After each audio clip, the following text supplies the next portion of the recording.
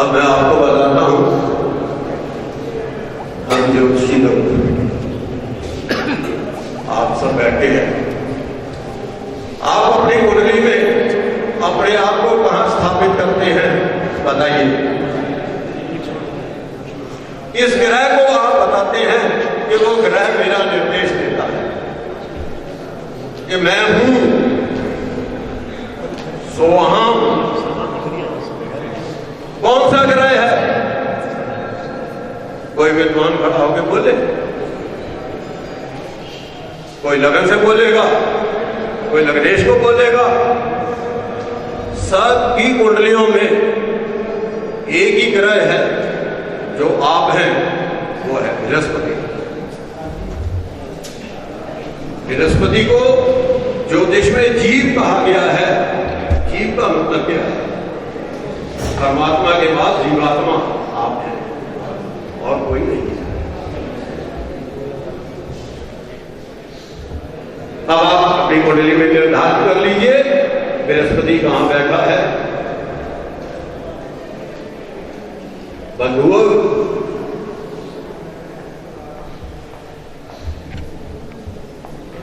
हमें पुस्तकों में बताया गया है, हम यह अच्छी तरह जानते हैं बृहस्पति की गणित चाल क्या है।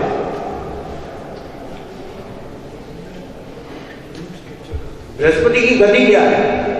अब अपनी गति से जब बृहस्पति चलेगा, जिस ग्रह के ऊपर से क्रॉस करेगा, अगर उसको शनि का बल मिल रहा होगा तो वो उसी ग्रह के मुताबिक आपको फल देगा। फल कथन भी सीख लीजिए। धन्यवाद, मेरे पास पर्चा आ गया है। मैं ज्योतिषियों से केवल ये निवेदन करूंगा कि ज्योतिष को स्थूल दृष्टि से देखना बंद करिए। हमारे यहाँ जो ग्रंथ लिखे गए हैं ये सब राजाओं के ज्योतिषी होते थे, आम आदमी के ज्योतिषी नहीं होते थे। इन्होंने जितने फल लिखे हैं राजाओं के फल लिखे हैं, आप लगे मेरे फल नहीं लिखे हैं। माफ कीजिएगा, आप साधारण आदमियों में से हैं, आप राजाओं के राज ज्योतिषियों में से नहीं हैं।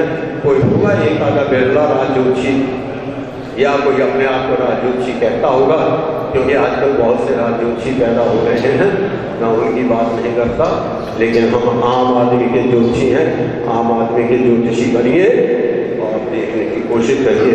मैंने आपको इतने सूत्र दिए हैं, शायद किसी भी सम्मेलन में किसी ज्योतिषी ने आपको इतने सूत्र नहीं दिए होंगे। धन्यवाद। धन्यवाद विनायक जी। ये मजबूरी है कि हम हमारा जो कार्यक्रम होता है उसमें बहुत कम समय मिल पाता है। विनायक जी और अग्रवाल जी और बंसल जी, मेरा आप सभी से निवेदन है कि आप वशिष्ठ जी को सम्मान प्रदान करना चाहते हैं, वो कृपा दें।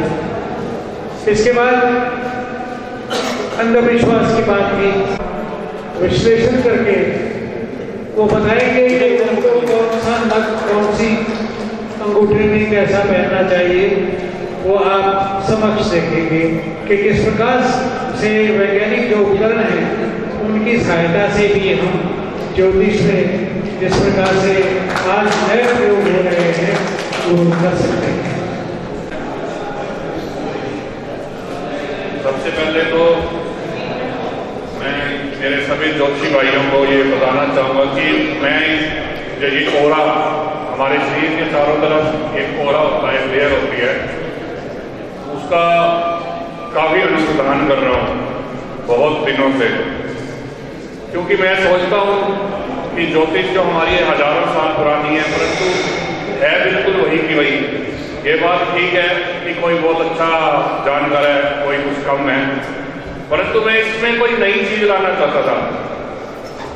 जो जमाना है बैलगाड़ी से लेके मंगलयान तक पहुंच गया और हमारी ज्योतिष वही हम सूत्र यूज करते हैं। मैं इसके अंदर कोई नया चीज जोड़ रहा हूं। बहुत से मेरे योगी भाई योग करवाते हैं और हमारे शरीर के सारे चक्रास को सेट करते हैं। इन सभी जितने भी चक्रास हैं सबकी फ्रिक्वेंसी अलग अलग है, तो मैं इसको एक वैज्ञानिक ढंग से, इलेक्ट्रॉनिक्स ढंग से सेट करना चाहता हूँ। बहुत से पढ़े लिखे लोग हैं जो ज्योतिष नहीं मानते, परंतु उनके लिए भी मैंने एक रास्ता निकाला है। एक इलेक्ट्रॉनिक्स डिवाइस है, आपके शरीर के चारों तरफ जितनी ऑरा होगी वो उसको चेक करेगा, कैलकुलेट करेगा, और साथ में हम एक पिक्चर खींचते हैं PIP, वो पूरे का पूरा उसका सारा सिस्टम सामने आ जाता है कि कौन से हिस्से में इसके नेगेटिविटी है। और ये छोटा सा स्कैनर है, और मैं आपको अभी मुख्य अतिथि जी का भी स्कैनर द्वारा चेक करता हूँ कि उनकी कौन सी अंगूठी फायदा दे रही है, कौन सी नहीं। बहुत से ज्योतिषी हैं 1-1 लाख रुपए की, 5-5 लाख की अंगूठियां डलवा देते हैं। मैं इस चीज के खिलाफ हूं, मैं इसको अंधविश्वास मानता हूं। जो ये अंगूठी है एक किस्म की कलर थेरेपी है। अगर कोई ये कहता है कि इसको पुखराज मिला दो, अगर उसको केले की जड़ भी बांध दो तो भी वो उतना काम करेगी। अगर वो पीला रुमाल भी जेब में रख ले तो भी इतना करेगी। और ये 100% सही है, क्योंकि मुख्य अतिथि साहब को जल्दी है जाना, इसलिए मैं ज्यादा टाइम नहीं ले दूंगा। इस विषय में ज्योतिष से थोड़ा सा हटके जो ओरा के विषय में मैं अगर चाहूँ तो 2 घंटे बोल सकता हूँ, और बिल्कुल सामने फरोग भी कर सकता हूँ कि क्या है ये चीज।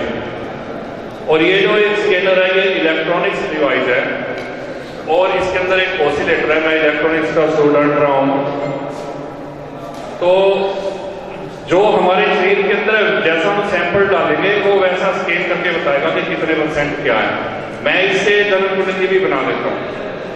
मुझे कुछ किसी की जन्म तिथि की कोई जरूरत नहीं है, मैं उसको ये बता देता हूँ कि तेरा इस समय सूर्य कितने % ठीक चल रहा है, कितने % कौन सा ग्रह नेगेटिव चल रहा है। और ये हजारों कुंडलियां, पीछे सम्मेलन था, मैंने 300 आदमियों की अंगूठियां उतरवाई थी, 300 आदमियों की एक ही दिन में। तवीज वगैरह जैसे हैं, कोई रुद्राक्ष है, मतलब कि कई बार वो शरीर को नुकसान देने लग जाते हैं, नेगेटिविटी करते हैं। हम बाथरूम जाते हैं, धागा हमने बांध रखा है, हम बाथरूम जाएंगे तो क्या हुआ, इसके अंदर नेगेटिविटी चली जाएगी। हम 6 महीने साल तक नहीं छोड़ते, कहीं मौत हो गई, कहीं मरकट हो गई, रुद्राक्ष डाले हुए हैं, हम जाते हैं अच्छी जगह पर बुरी जगह पर जाते हैं, वो नुकसान देने लग जाते हैं, उनको फिर चार्ज करना पड़ता है।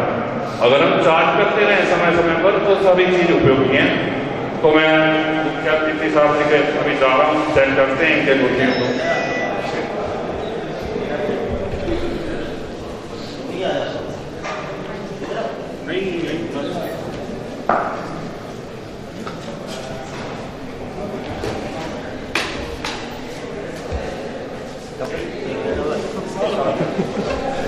ਹੁੰਦੀ ਤਾਂ ਫਿਰ ਕਹਿੰਦੇ ਹੀ ਕਿਉਂ ਕਪਿਲ पूरा कर लेना तो सारे ने देखने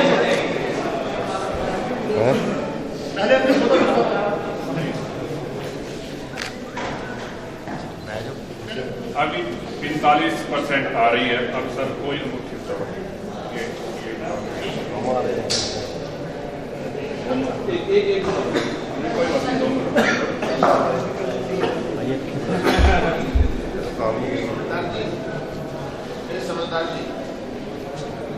अंगूठी, दोनों अंगूठी उतारने के बाद हमारे साथ की 90% पॉजिटिविटी है। वैसे 90% है पॉजिटिविटी, अंगूठी डालकर हो गई 45%। इसमें नुकसान दे दिया। एक हाथ में रखो बस, और वो बाद में बुला रहा हूँ। एक हाथ में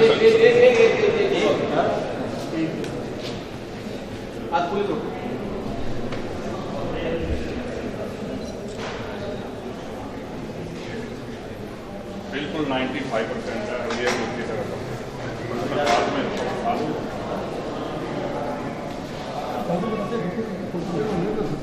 ये फिर 45% होती है। मतलब कि जो ये अंगूठी है इनके शरीर पे फिट नहीं बैठती। ये वाले ये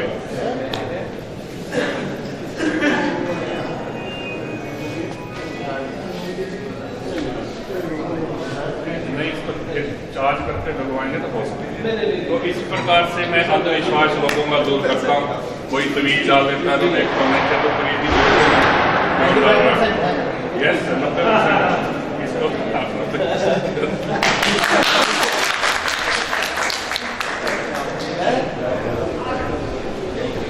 धन्यवाद। प्रत्यक्ष वो हमारे शरीर को किस तरह से प्रभावित करती है, एक वैज्ञानिक यंत्र के द्वारा इस चीज़ का विश्लेषण कर सकते हैं। मैं अब बड़े ही सम्मान के साथ बुला रहा हूँ आज के विशिष्ट अतिथि आदरणीय श्री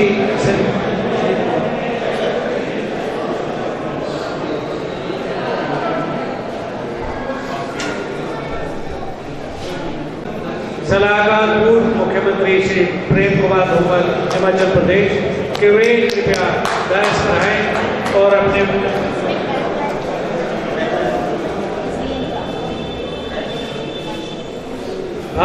भारतीय जनता पार्टी के एक वरिष्ठ नेता हैं और बहुत ही कर्मठ जिसको कहते हैं कि अपने कार्यकर्ता रहे हैं और हिमाचल प्रदेश ही नहीं बल्कि प्रदेश से बाहर भी इनकी बहुत पहचान है। भारतीय जनता पार्टी के समर्थ और सशक्त नेता के रूप में मेरा आग्रह है कि कृपया अपना आशीर्वचन यहाँ हमें दें।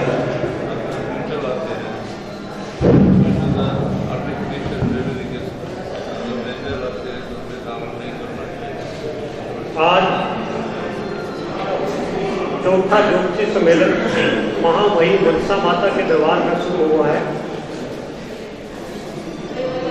इसके लिए पहले तो मैं यहाँ समस्त जो ज्योतिषी वर्ग आया हुआ है उनका आभार करता हूँ, धन्यवाद करता हूँ। मैं तो स्वयं यहाँ सुनने आया था आप प्रमुख लोगों के विचार, लेकिन मुझे आप खुद बोलने के लिए यहाँ कहते हैं तो मैं क्या कह सकता हूँ आप लोगों के बीच में। लेकिन एक नियम है, जब बुलाया है तो कुछ न कुछ बोलना पड़ेगा। यहाँ मंच पे विराजमान हरियाणा सरकार में माननीय मुख्यमंत्री जी के मीडिया सलाहकार अमित आर्या जी, शिमला से आए हुए प्रमुख ज्योतिषी भाई किशोरी जी, अरुण जी और पंचकूला के जो इस कार्यक्रम का आयोजन कर रहे हैं भाई राजेश वशिष्ठ जी, यहाँ उपस्थित विद्वान जो इस देश को सही दिशा में ले जाने का एक बहुत बड़ा कार्य कर रहे हैं, यहाँ उपस्थित हैं। मैं आप सबको नमन करता हूँ और आपका यहाँ आने पे स्वागत करता हूँ। कि ज्योतिषी सम्मेलन मुझे याद है 2004 के अंदर शिमला में भाई किशोरी जी ने एक बार चर्चा की थी कि मैं पूरे यहाँ जो ज्योतिषी है शिमला के अंदर इनका एक सम्मेलन करना चाहता हूँ। इन्होंने एक अच्छा प्रयास किया और हमें भी इस सम्मेलन के अंदर थोड़ा सा सहयोग करने का मौका मिला और एक बहुत अच्छा सम्मेलन शिमला में हुआ, जिसका समापन माननीय मुख्यमंत्री प्रोफेसर प्रेम कुमार धूमल जी ने किया था और कई वरिष्ठ लोग उस सम्मेलन में आए और उस सम्मेलन के आयोजन के लिए किशोरी जी का सबने एक सराहनीय कदम के रूप में कहा कि आपने बहुत अच्छा कार्य किया। जो ज्योतिषी के साथ साथ समाज में उत्पत्ति जो समस्याएं हैं, जो छोटी छोटी समस्याएं जो गंभीर रूप का धारण ले चुकी हैं, यहाँ एक विद्वान जी भ्रूण हत्या के ऊपर बता रहे थे, ऐसी अनेक समस्याएं हैं, चाहे जेल पड़ता है, भ्रूण हत्या है और कई प्रकार की समस्या है, जिसका समाधान करने के लिए आप लोग आगे आए, इसके लिए ये आप बहुत धन्यवादी हैं और आप सराहनीय हैं। मैं आपके बीच में ज्यादा कुछ नहीं कह सकता हूं, मैं तो केवल आपका विचार सुनने आया था, मुझे भी सौभाग्य मिला है और मेरी ये इच्छा रहेगी आगे भी आपके ज्योतिष सम्मेलन हो, हमें उसमें आने का मौका मिले, आप लोगों के विचार सुनने का मौका मिले, आप जो समस्याओं का समाधान के लिए कदम उठा रहे हैं ऐसे आप कदम उठाते रहे। इतना ही मुझे आपसे निवेदन करना है। बहुत बहुत धन्यवाद।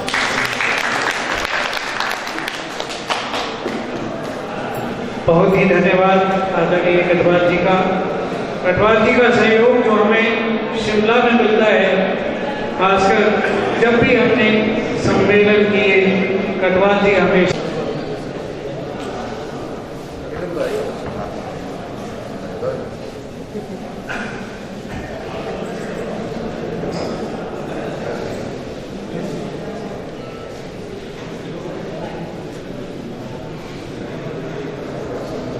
पर आसीन विद्वान जन और इस कार्यक्रम के से संबंधित जितने भी पदाधिकारीगण इस सभागार में उपस्थित, इस कार्यक्रम के अंतर्गत आए हुए सभी बुद्धिजीवियों का ये सम्मेलन है। इसलिए मैं शुरू में ही आप सबसे अगर मुझसे कोई त्रुटि हो तो मुझे माफ कीजिएगा। अभी जैसा कहा कि आशीर्वाद दें, मैं आशीर्वाद देने नहीं, मैं तो आशीर्वाद लेने आया हूँ।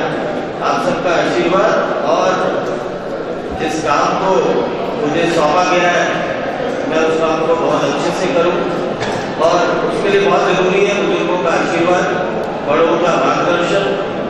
और बुद्धिजीवियों के इस प्रकार के सम्मेलन में या इस प्रकार की बैठक में आने से बहुत कुछ सीखने को मिलता है, बहुत सारी पॉजिटिव एनर्जीज आपको मिलती है।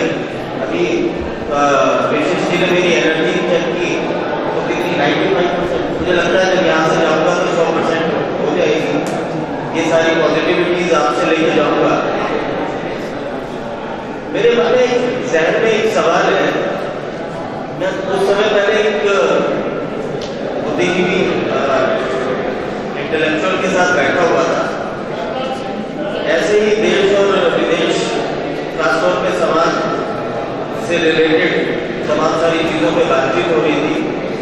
मेरा मूल सवाल ये था कि मैं ये कार्यक्रम 2 दिन चल रहा है, मैं चाहूँगा कि इस पर भी चर्चा हो, जैसे कन्या हत्या में चर्चा हुई, अभी बाकी तमाम सारी चीज़ों पर चर्चा होगी आने वाले सत्र में। आपके यहाँ पे ज्योतिष से रिलेटेड कितनी नई इन्वेंशन हुई है या खोज हुई है, यहाँ बहुत सारे विद्वान लोग हैं, वो सारी खोज कर रहे हैं, वो सब आप डिस्कस करेंगे।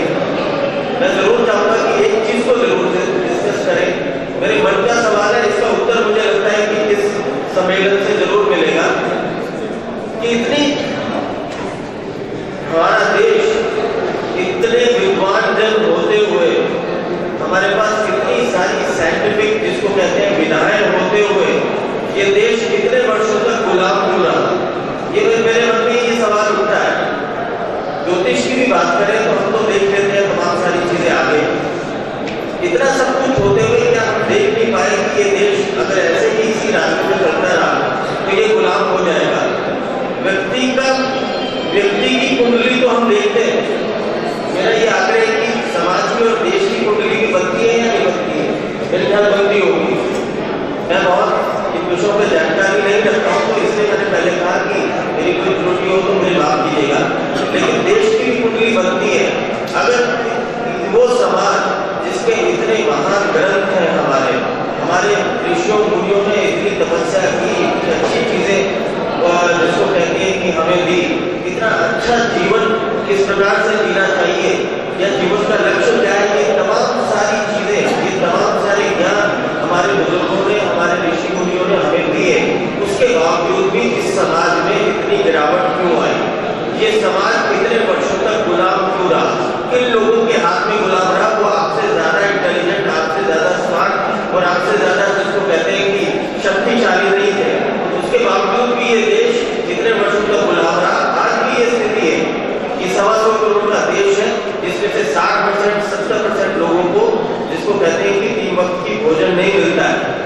इतना सब कुछ होते हुए इस समाज में इस प्रकार की किस प्रकार की कमी रही?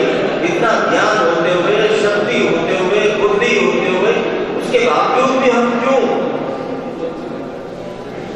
मैं ज्योतिष को बहुत अच्छे से मानता हूँ, विश्वास रखता हूँ। क्यों?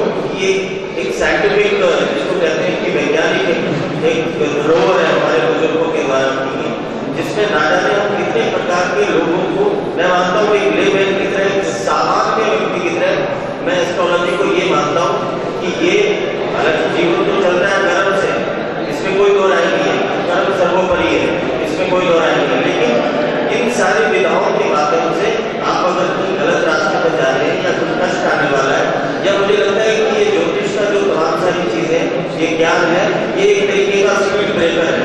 अगर आपकी गाड़ी बहुत तेज जा रही है और अगर बीच में स्पीड ब्रेकर आए तो एक्सीडेंट होने की संभावना कम हो जाती है, आपकी स्पीड कम हो जाती है। तो ज्योतिष के माध्यम से हम जहाँ एक और किसी के जीवन में कोई किसी के जीवन में एक तरीके की जिसको कहते हैं कि सुख लाने का प्रयास करते हैं या समाज में इस प्रकार के अच्छे काम करते हैं, उसके बावजूद मेरा ये सिर्फ आप सबसे यही आग्रह है।